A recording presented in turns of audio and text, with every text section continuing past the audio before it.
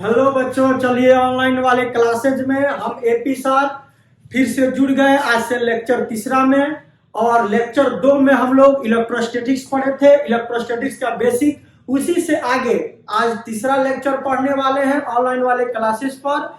और आप लोग जो पिछले लेक्चर नहीं देखे हैं इलेक्ट्रोस्टैटिक्स का, वो जरूर देखें क्योंकि उसी से जुड़ा हुआ है। और नेक्स्ट टॉपिक है ये सभी चीज, अगर ये 3 गो बेसिक क्लासेस कर लेते हैं तो आपको कम से कम 10 ऑब्जेक्टिव किसी भी बोर्ड में आप आराम से बना सकते हैं। 10 प्लस ऑब्जेक्टिव मात्र 2 क्लास पीछे, और ये तीसरा कर लेते हैं तो 10 प्लस ऑब्जेक्टिव आप आराम से बना सकते हैं। तो इस तीनों वीडियो को मिस मत करें, बहुत वीवीआई और झकास वीडियो है, आप एकदम जुड़े रहें और नेक्स्ट टॉपिक को पढ़ते रहें और दोस्तों में शेयर करते रहें। ऑनलाइन वाले क्लासेस को सपोर्ट करिए, आप लोग का प्यार ही चाहिए हम लोग के एकदम ऑनलाइन वाले क्लासेस पर। चलिए थैंक यू, तीसरा लेक्चर में मिलते हैं। हेलो बच्चों, चलिए लेक्चर तीसरा में हम लोग जुड़ गए इलेक्ट्रोस्टैटिक्स में। इलेक्ट्रोस्टैटिक्स का तीसरा लेक्चर एकदम गर्दा उड़ा दीजिए। आइए इलेक्ट्रोस्टैटिक्स हम लोग पढ़ रहे हैं, इलेक्ट्रोस्टैटिक्स। तो इलेक्ट्रोस्टैटिक्स में यानी स्थिर वैद्युत हम लोग पढ़ रहे थे। इसमें पहला चैप्टर पढ़ रहे थे, 2 लेक्चर पीछे हम लोग पढ़ चुके हैं। ये तीसरा लेक्चर है, 2 लेक्चर वो जरूर देखें, उससे आपका क्वेश्चन जरूर ही आता है, एकदम रिलेटेड है उससे आपको पढ़ना होगा। उसी से पढ़िएगा तो आगे जाकर मजा आता है। तो एक नोट वहां हम पढ़ाए थे, थोड़ा सा फिर से एक बार रिपीट दिला देते हैं आपको। नोट में लिखाए थे 1 कूलम बराबर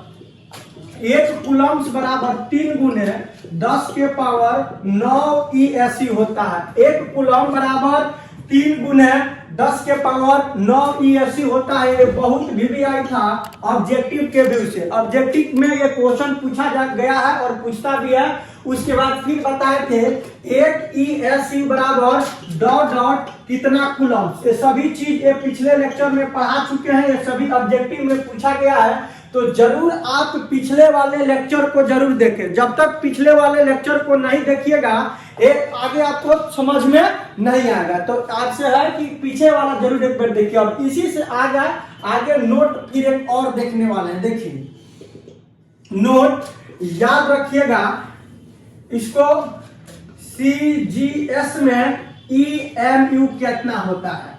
C से होता है सेंटी, G से होता है ग्राम, और S से होता है सेकेंड,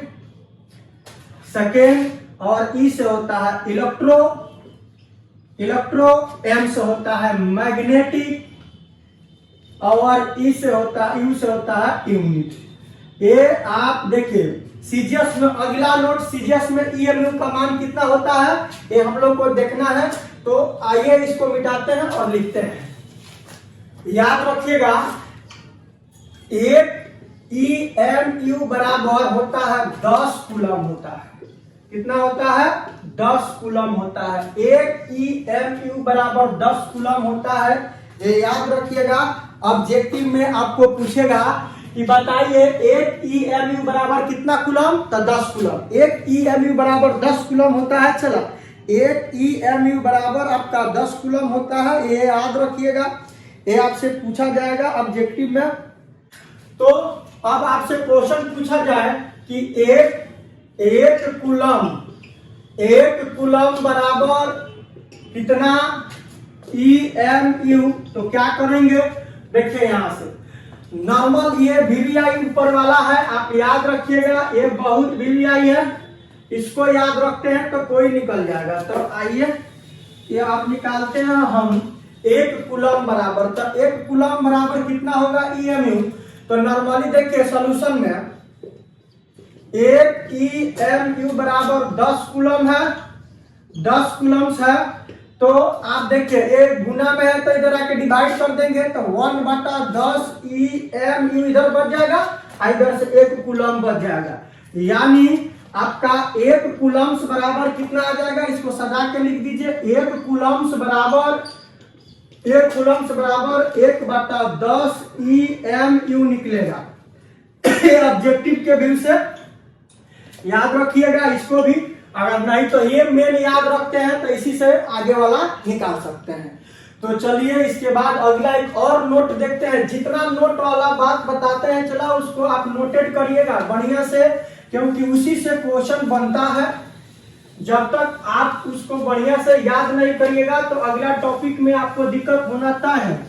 तो पिछले लेक्चर जितना भी है उसको बढ़िया से पढ़िए प्रॉपर तरीका से, जो कि आपको आगे दिक्कत ना कर सके। उसे जोड़ के रखे, उससे रिलेटेड करके रखे, आपको भी मजा आएगा, समझ में आएगा। तो देखिए अगला फिर एक और नोट पर आते हैं। ये तो और भी आई है। एक फराडेज बराबर कितना होता है? तो 96,500 कूलम्स होता है। कितना होता है? 96,500 कूलम्स। याद रखिएगा एक्चुअली में लगभग 96,500 कूलम होता है जो एक फराडे का मान होता है। तो एक फराडे बराबर, और शॉर्ट में लिखना चाहिएगा तो ऐसे भी लिख सकते हैं 96,500 कूलम्स लिख सकते हैं। क्वेश्चन फिर आपसे यहाँ घुमा के पूछ सकता है कि बताइए कि एक फराडे बराबर इतना होता है, तो एक कूलम्स बराबर कितना फराडे हो सकता है? तो आपको करना क्या है कि जो पहले लिखा गया उसको नॉर्मली लिखिए। एक कूलम बराबर कितना फराडे होगा ये भी पूछ सकता है। नॉर्मली VBI ये है, आपको इसको याद रख लिए तो अगला कोई भी क्वेश्चन इस पर घुमा के बना सकते हैं। एक फराडेज बराबर 96,500 कूलम होता है। तो एक फराडे बराबर 96,500 कूलम, तो एक कूलम बराबर कितना फराडेज? अगर एक कूलम बराबर कितना फराडेज निकालना हो तो क्या करेंगे, चला देखते हैं। यहाँ से एक फराडेज बराबर 96,500 कूलम, तो गुना में है तो इधर आके भागा में हो जाएगा। तो एक बटा 96,500 फराडेज निकल जाएगा, यानी एक कूलम का मान निकल जाएगा। एक कूलम बराबर 1 बटा 96,500 फराडेज होता है। ये याद रखिएगा। ये भी बना सकता है ऑब्जेक्टिव आपसे, जैसे भी क्वेश्चन आए घुमा के आप बना सकते हैं। तो मेन अगर पता है तो अगला जो क्वेश्चन है वो बना सकते हैं। तो नोट कर लीजिए, ये बहुत VBI है सब। अब देखिए यहां से एक क्वेश्चन आते हैं, जैसे रेशियो आपसे पूछा गया, चला रेशियो ऑफ 1 EMU बटा 1 ESU। तो आप देखिए इसको अभी आप लोग को बताया गया है कि एक EMU बराबर 10 कूलम और एक कूलम बराबर होता है उतना। तो एक ESU बराबर होता है 3.3 × 10 के पावर -10 कूलम, इतना भी होता है। आप इसका मान देख लीजिएगा। एक ESU बराबर इतना होता है और एक EMU बराबर इतना होता है। तो अब दोनों मान को रखिए, क्यों इतना आता है? तो देखिए एक कूलम बराबर होता है 3 × 10 के पावर 9 ESU। एकरा के इधर भेज दीजिएगा और गुना भागा करिएगा तो ई वाला गुना भागा करके इतना आता है। जब इसको इधर भेजिएगा बाटा पर के 1 बटा 3 × 10 पर 9 होगा, कटा छटा के करिएगा तो इतना आएगा। तो ए वाला मान से ये निकल जाता है। ये मेन है, ऐसी से ये निकला था, पिछले लेक्चर में पढ़ाए थे आपको। तो अब देखिए तो दोनों का मान पूछ रहा है कि रेशियो कितना हो सकता है। तो एक EMU बराबर, तो ऊपर 10 कूलम और नीचे हो जाएगा 3.3 × 10 के पावर -10 कूलम। कूलम से कूलम काट दीजिए तो ऊपर बढ़ जाएगा 10 और नीचे बढ़ जाएगा 3.3 और नीचे देखिए माइनस में है तो ऊपर चल जाएगा तो +10 हो जाएगा। जब माइनस में रहता है तो ऊपर जाएगा तो प्लस, जब प्लस में रहता है तो ऊपर जाएगा तो माइनस।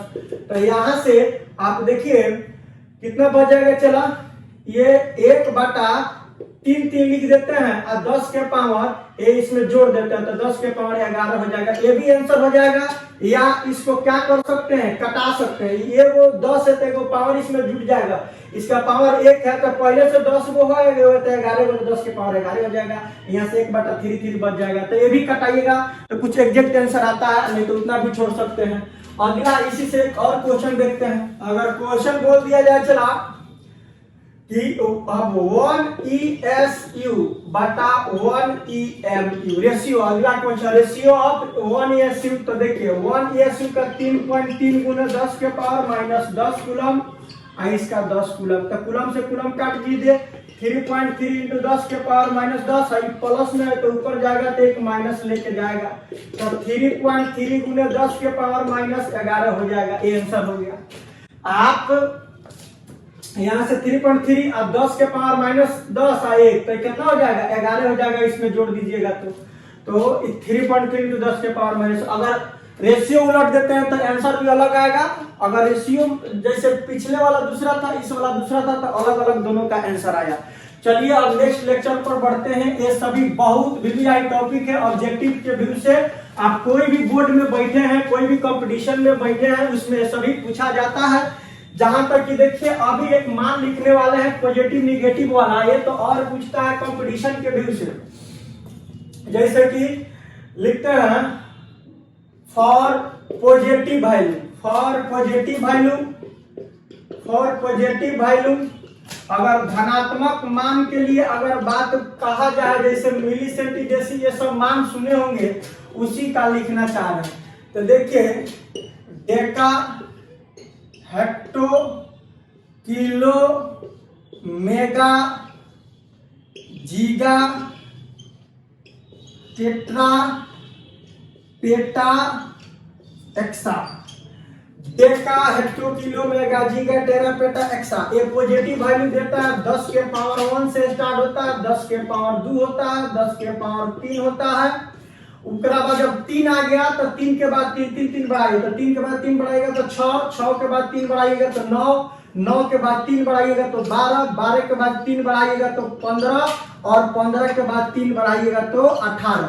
इसका सिंबल जो होता है कैपिटल डी होता है, कैपिटल एच होता है, कैपिटल के होता है, कैपिटल एम होता है, कैपिटल जी होता है, कैपिटल टी होता है, कैपिटल पी होता है और कैपिटल ई होता है। इस सिंबल है, इसको सूचित किया जाता है। तो बहुत सारा कंपटीशन में पूछता है। जैसे कि आपको रेलवे में भी क्वेश्चन पूछा जाता है, इसका डायरेक्ट मान। साइंस से जुड़ा हुआ जितना क्वेश्चन डाला जाता है तो आपको बहुत सारा सेक्टर में पूछता है, तो आपको याद रखना होगा। ये सभी चीजों को याद रखना होगा। छोटी छोटी बातें हैं, ये छोटी छोटी ही बातें से हम लोग आगे बढ़ते हैं। अब क्वेश्चन इस पर आता है, जब साइंस का क्वेश्चन करिएगा तो ये सब मान दे देता है, कहता है मिली का मान कितना यूज करिए, डेसी का कितना करिए, तो याद होना चाहिए आपको। जब तक याद नहीं होगा तो आप इसको नहीं बना सकते। नकारात्मक वैल्यू की ओर हम लोग बढ़ते हैं। तो देखिए नकारात्मक में क्या होता है? डेसी सेंटी, मिली, माइक्रो, नैनो, पिको, फेम्टो, एटो। डेसी, सेंटी, मिली, माइक्रो, नैनो, पिको, फेम्टो, एटो। देखिए डेसी के लिए 10 के पावर माइनस 1 से स्टार्ट करते हैं, 10 के पावर माइनस 2, 10 के पावर माइनस 3, अब 3 फिर बढ़ते चलिए 6, 10 के पावर माइनस 9, 10 के पावर माइनस 12, 10 के पावर माइनस 15, 10 के पावर माइनस 18। ये 3 बढ़े चले जाते हैं। इसका symbol small D, small C, मिली के स्मॉल एम, माइक्रो को इस तरह लिखा जाता है, म्यू की तरह इसको पढ़ते हैं म्यू। इसको म्यू पढ़ते हैं, चला म्यू पढ़ते हैं, म्यू, इसको म्यू पढ़ते हैं। और नैनो को एन लिखा जाता है, पिको को पी लिखा जाता है, फेम्टो के एफ लिखा जाता है स्मॉल से, एटो के ए लिखा जाता है। ये सिंबल हो गया। अब देखिए डेसी, सेंटी, मिली, माइक्रो, नैनो, पिको, फेम्टो, एटो, इसी तरह आपको याद रखना होगा। और इसी सीक्वेंस में तब जाके मान एग्जैक्ट याद होता है, नहीं तो अगर उल्टा याद कर लीजिएगा तो मान गड़बड़ा जाएगा। ठीक है, तो ये पॉजिटिव के लिए और निगेटिव के लिए दोनों मान लिखाए हैं, जो कि बहुत वीवीआई है। आपकी कंपटीशन में ऑब्जेक्टिव में ये डाल देता है, तो इसको नोट करिए खटाक दे। आइए सम पार्टिकल कांस्टेंट लिख देते हैं। कांस्टेंट कुछ कौन है जो कांस्टेंट मान होता है, जैसे कि आप देखिए पार्टिकल्स यहाँ डाल देते हैं, पार्टिकल्स यहाँ चार्ज डाल देते हैं, यहाँ मास डाल देते हैं। चला जैसे कि आप देखिए इलेक्ट्रॉन्स, ये पार्टिकल्स हुआ। इसका चार्ज होता है -1.6 इंटू 10 के पावर -90 कूलम। इसका मास होता है 9.1 इंटू 10 के पावर -31 kg। अब जैसे एक में दो में एंटी इलेक्ट्रॉन के नाम से आ जाए, एंटी मतलब उल्टा, तो एंटी आ जाता है तो उल्टा हो जाता है, प्लस हो जाएगा यहाँ 10 के पावर 9 कूलम। मास में कोई परिवर्तन नहीं होगा 31 kg। दूसरा के बाद तीसरा ये प्रोटॉन। प्रोटॉन का +1.6 इंटू 10 के पावर -90 कूलम होता है। इसका मास होता है 1.67 इंटू 10 के पावर -27 kg। अब इसके बाद 3 नंबर के बाद चौथा एंटी प्रोटॉन के नाम से आ जाए, एंटी प्रोटॉन। तो ये जो होता है एंटी प्रोटॉन माइनस हो जाएगा 1.10 के पावर -90 कूलम, प्लस मास में कोई परिवर्तन नहीं होता है। अब देखिए इसके बाद आइए आपका न्यूट्रॉन। 5 में न्यूट्रॉन पर चार्ज 0 होता है। इसका मास होता है 1.6 इंटू 10 के पावर -27 kg। एंटी न्यूट्रॉन 5 के बाद छठा में आइए एंटी न्यूट्रॉन चार्ज कोई नहीं होता है, 0 होता है। मास पर कोई फर्क नहीं पड़ता है, जितना प्रोटॉन का होता है उतना ही न्यूट्रॉन का होता है। उसके बाद आइए 6 के बाद 7 पर आइए न्यूट्रिनो का कोई चार्ज नहीं होता। इसका मास होता है 10 के पावर 34 kg या 10 के पावर -35 kg। उसके बाद आइए 7 के बाद 8 नंबर में आइए एंटी न्यूट्रिनो। इसका चार्ज 0 होता है, मास पर कोई फर्क नहीं पड़ता है। मास दोनों का लमसम इतना होता है। तो ये सभी कांस्टेंट है जो याद रखने वाला बातें हैं, याद रखिएगा तो अच्छा रहेगा। आपको कोई भी क्वेश्चन में जरूरत होगी तो काम आ जाएगी। चलिए इसको नोट कर लीजिए, आगे की ओर बढ़ते हैं। नया टॉपिक पे हम लोग एकदम। अगला हेडिंग है properties of charge. Properties of charge, आवेश का गुण,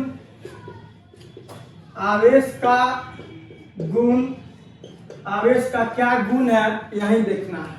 देखिए इसमें पहला पढ़ेंगे what is charge addition, what is charge addition या subtraction. What is charge addition या सब्ट्रैक्शन कहने का मतलब आवेश का जोड़ या घटाव क्या है। व्हाट इज चार्ज एडिशन या सब्ट्रैक्शन, जोड़ या घटाव क्या है। तो देखिए आवेश जो होता है, चार्ज जो होता है स्केलर क्वांटिटी होता है। इसका हिंदी होगा आवेश का जोड़ या घटाव क्या है। चार्ज जो होता है स्केलर क्वांटिटी होता है। स्केलर क्वांटिटी उसे कहते हैं जो सीधे सीधे जोड़ देते हैं। सीधे सीधे जोड़ने का मतलब ये हुआ चला, जो मैट्रिक तक तुम पढ़ता है वो स्केलर चीज पढ़ता है। मैट्रिक के बाद जब तुम इंटर में आता है तो वेक्टर कुछ बातें आ जाती है। अब वेक्टर में क्या अंतर है, स्केलर में क्या अंतर है। तो स्केलर को सीधे सीधे जोड़ने का मतलब यह होगा कि 2 रुपया 2 रुपया 4 रुपया, तो ये तुम्हारा स्केलर हो गया। लेकिन अगर वेक्टर की बात करें तो 2 न्यूटन तो 4 न्यूटन इज द गलत, एकदम पूरा गलत ही है। 2 न्यूटन प्लस 2 न्यूटन 4 न्यूटन कभी नहीं हो सकता है, क्योंकि फोर्स जो होता है वेक्टर क्वांटिटी होता है। तो फोर्स को यानी वेक्टर क्वांटिटी को सीधे सीधे नहीं जोड़ा जाता है। इसके लिए इसको कैटेगराइज कर दिया गया कि एक वेक्टर पढ़ाएंगे और वेक्टर में इसको डाल दिया गया, तो एक वेक्टर चैप्टर हो जाता है। तो स्केलर जो चीज है, जैसे कि आपके घर में बिजली का बिल आता हो, स्केलर क्वांटिटी होता है, उस बोलते हैं 10 एम्पियर प्लस 20 एम्पियर। तो 10 एम्पियर प्लस 20 तो 30 एम्पियर आपका खर्च हुआ, वो सीधे सीधे जोड़ दिए। जो सीधे सीधे यानी बीजगणितीय के नियम से जोड़ सकते हैं या घटा सकते हैं तो उसी को स्केलर क्वांटिटी कहते हैं। लेकिन जिसमें रूल अगर वेक्टर की लगे वो आप सीधे सीधे कभी नहीं जोड़ सकते हैं। उसके लिए एक फार्मूला होता है रिजल्टेंट का, जो a² plus b² plus 2ab cos theta के रूट अंडर होता है। इससे हम वेक्टर क्वांटिटी का मान ज्ञात करते हैं, जिसमें कुछ एंगल होता है, कुछ दिशा होता है, कुछ मैग्नीट्यूड होता है। जो 11th में ही पढ़ाया जाता है, एक वेक्टर एक टॉपिक है। तो ये बात तुमको समझ में आया कि चार्ज जो होता है स्केलर क्वांटिटी होता है, उसको सीधे सीधे जोड़ सकते हैं या घटा सकते हैं बीजगणितीय के नियम से, उसी को क्या कहते हैं, चार्ज कहते हैं। चार्ज का जोड़ या घटाव कहते हैं। चलिए लिखते हैं, it is a scalar quantity, it is a scalar quantity, it is a scalar quantity. We can add और subtraction, we can add or subtraction with the help of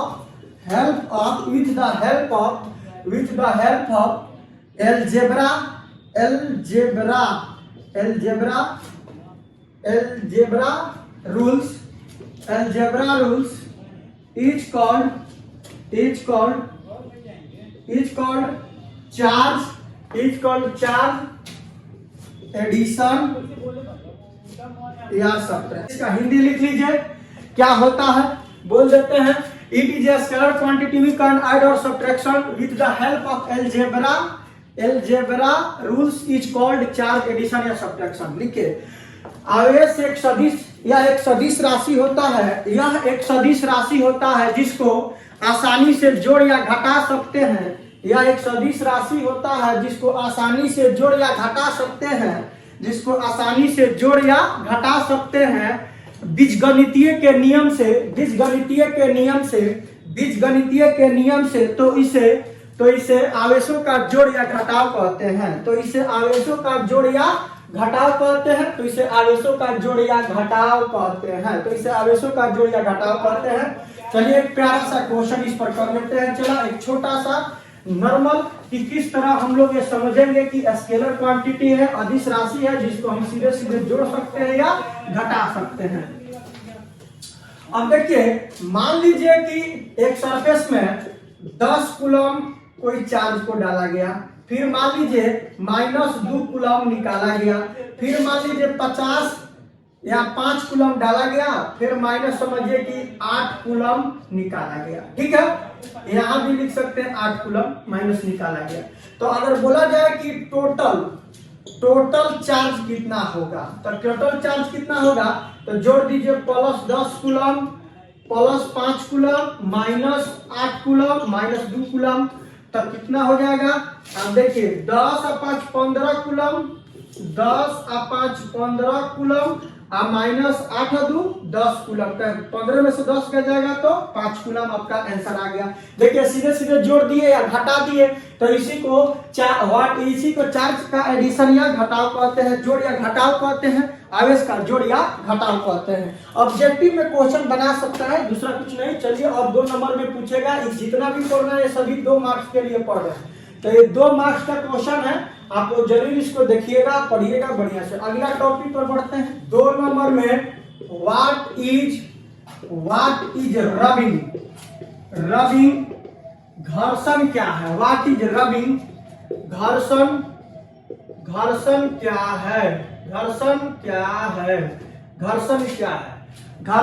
है। देखिए चला, रबिंग घर्षण, आप देखते हैं जंगल में आग पकड़ लेता है, कोई आग नहीं लेके जाता है लेकिन पकड़ लेता है। क्यों? घर्षण के कारण, रबिंग के कारण। ठंडी में आपका हाथ जब ठंडा हो जाता है तो आप दोनों हाथ को एक दूसरे पर रगड़ते हैं, जिसके कारण वो गर्म हो जाता है, हीट हो जाता है। क्यों? क्योंकि उसमें इलेक्ट्रॉन ट्रांसफर होने लगता है, एक बॉडी से दूसरे बॉडी में इलेक्ट्रॉन ट्रांसफर होने के कारण वो क्या हो जाता है कि हीट हो जाता है। तो वो सब के पीछे लॉजिक क्या है, उसके पीछे लॉजिक ये है कि वे बॉडी को रगड़ने पर गर्म होने के कारण वो क्या होता है, चार्ज हो जाता है। चार्ज हो जाता है यानी रबिंग करने का मतलब फ्रिक्शन भी होता है, इंग्लिश इसका फ्रिक्शन भी बोलते हैं। रबिंग का रख सकते हैं या फ्रिक्शन लिख सकते हैं। ये आप सुने हैं कि बाल और पेन को जब एक पर दूसरे पर रगड़ के पेज पर को उठाते हैं तो उठ जाता है। क्यों? जब तक आप दोनों बॉडी को रगड़ते हैं, घर्षण करते हैं, तो इसमें चार्ज आ जाता है, और तुरंत आप पेपर को उठाते हैं तो उसमें भी चार्ज ट्रांसफर हो जाता है कुछ मात्रा में, जिसके कारण थोड़ा देर के लिए वो खींच लेता है। लेकिन अगर नॉर्मली आप रखिएगा तो नहीं उठा पाता है। अगर आप जब तक उसको रबिंग नहीं करिएगा, रबिंग कर देने के बाद अगर पेपर को उठाइएगा तो खट दे उठा लेता है। इसके पीछे कारण यह है कि उसमें क्या हो जाता है ना, बॉडी जो रगड़ते हैं, दोनों न्यूट्रल बॉडी एक दूसरे पर रगड़ते हैं तो एक दूसरे में चार्ज आ जाता है। आज तीसरा बॉडी न्यूट्रल रहता है, उस पर सटाते हैं तो आराम से उसमें सट जाता है। तो इसी के कारण, रबिंग के कारण होता है। इसका अगर परिभाषा लिखना चाहते हैं चलो तो आराम से लिखेंगे कि जब दो उदासीन वस्तु यानी जो दो न्यूट्रल बॉडी को एक साथ में घर्षण कराया जाए, रबिंग कराया जाए, तो उसमें आवेश आ जाता है, चार्ज आ जाता है, उसी को क्या कहते हैं, रबिंग कहते हैं, घर्षण कहते हैं। बात समझ में आ रहा है? चलिए इसका परिभाषा लिखते हैं। When two neutral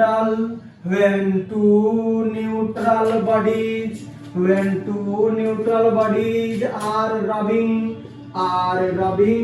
when two neutral bodies are rubbing to each other, then the both body, when two neutral bodies are rubbing to each other, then the both body becomes charge according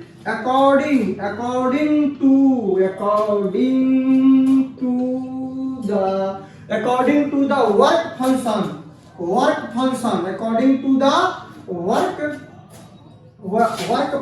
according to the work function is called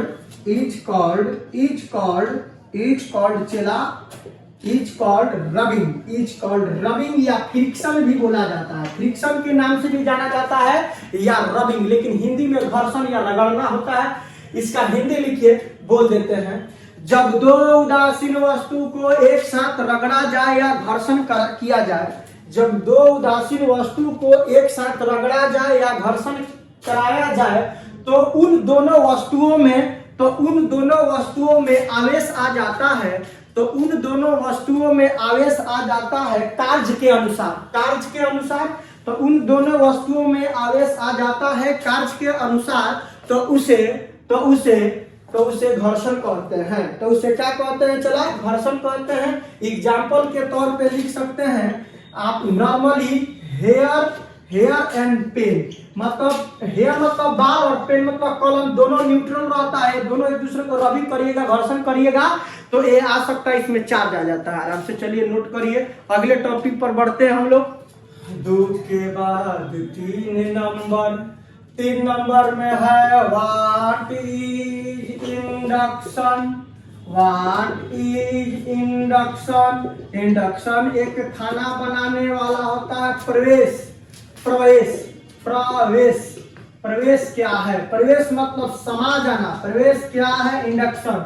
एक induction खाना बनाने वाला भी होता है, जैसे उस पर स्टील का बर्तन रख दीजिए, इंडक्शन पर रख दीजिएगा तो इंडक्शन में क्या होता है, करंट के थ्रू उसमें करंट आने के बाद वो चार्ज, मतलब उसमें चार्ज रहता है, इलेक्ट्रॉन दौड़ने लगता है। जो उस पर से बर्तन रखते हैं स्टील वाला, उसमें भी इलेक्ट्रॉन चला जाता है, जिसके कारण दोनों बॉडी चार्ज हो जाता है, और चार्ज होने के बाद खाना आराम से पक जाता है।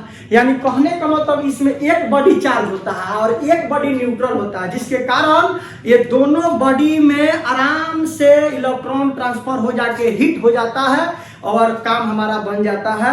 यानी दो बॉडी होना चाहिए, अगर वो चार्ज हो और एक न्यूट्रल हो, दोनों के एक पास लाने पर यानी सटाने पर दोनों एक जगह में सट जाएगा, जिसके कारण वो बॉडी चार्ज हो जाएगा। बात समझ में आ रहा है? तो इसका हम देखते हैं। तो उसी को प्रवेश कहते हैं, इंडक्शन कहते हैं, एक दूसरे में समा जाना, एक दूसरे में अंदर चला जाना, वही चीज है व्हाट इज इंडक्शन। अब देखिए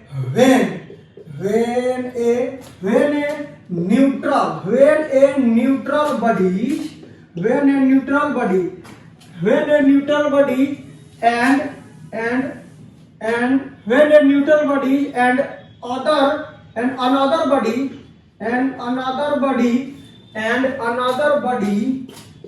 another body is charged but both near it gets charged.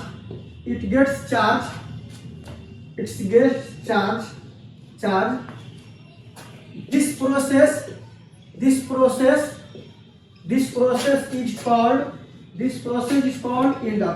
process is called induction. देखिए when a neutral body and another body is charge, एक बॉडी उदासीन हो दूसरे बॉडी में चार्ज हो तो दोनों को एक पास लाने में एक दूसरे में आवेश हो जाता है, उसी को क्या कहते हैं, प्रवेश कहते हैं। लिखिए जब एक वस्तु उदासीन हो तथा दूसरे वस्तु में आवेश हो, जब एक वस्तु उदासीन हो तथा दूसरे वस्तु में आवेश हो तो दोनों वस्तु को एक पास लाने पर आवेश समावेश हो जाता है, आवेश समावेश हो जाता है तो उसी को प्रवेश कहते हैं, तो उसी को प्रवेश कहते हैं। यही इसका हिंदी हो। चलिए मेरे बच्चों, इसके बाद अब तीसरा लेक्चर के बाद चौथा लेक्चर में हम लोग मिलेंगे। इसका भी प्रॉपर्टीज 3 है, इसके बाद जो चौथा प्रॉपर्टीज है बहुत बढ़िया है, उसमें हम लोग मिलेंगे। पहले इतना तक आप 3 को लेक्चर पढ़ाए, तीनों को कंठस्थ करिए, रिवीजन करिए, पेयर बनाइए, नोट्स करिए, सब कुछ करिए, लेकिन जरूर करिए। आप एकदम करिएगा तो ही अच्छा होगा, नहीं तो देखिए आप ये सोचते हैं कि क्या होगा जिंदगी में, तो जिंदगी में क्या होगा, एक बार इस पर एक भोजपुरी डायलॉग है, बोल देते हैं, जिंदगी हमार जिंदगी ना रहल, जिंदगी के झमेला बन गई बा। जिंदगी हमार जिंदगी ना रहल, जिंदगी के झमेला बन गई बा। हमरा जिंदगी के का पूछले बड़ा भाई, स्कॉर्पियो से ठेला बन गई बा। तो ऐसा मत करना है भाई, आप पढ़िए, मेहनत करिए, नोट्स बनाइए और best of luck next lecture के लिए। और ऑनलाइन वाले क्लासेस को सपोर्ट करिए, लाइक करिए, सब्सक्राइब करिए, शेयर करिए दोस्तों में। आपसे हमेशा हम लोग जुड़े रहेंगे, जो भी दिक्कत होगा उसको सोल्व किया जाएगा। तब तक के लिए जय हिंद, जय भारत।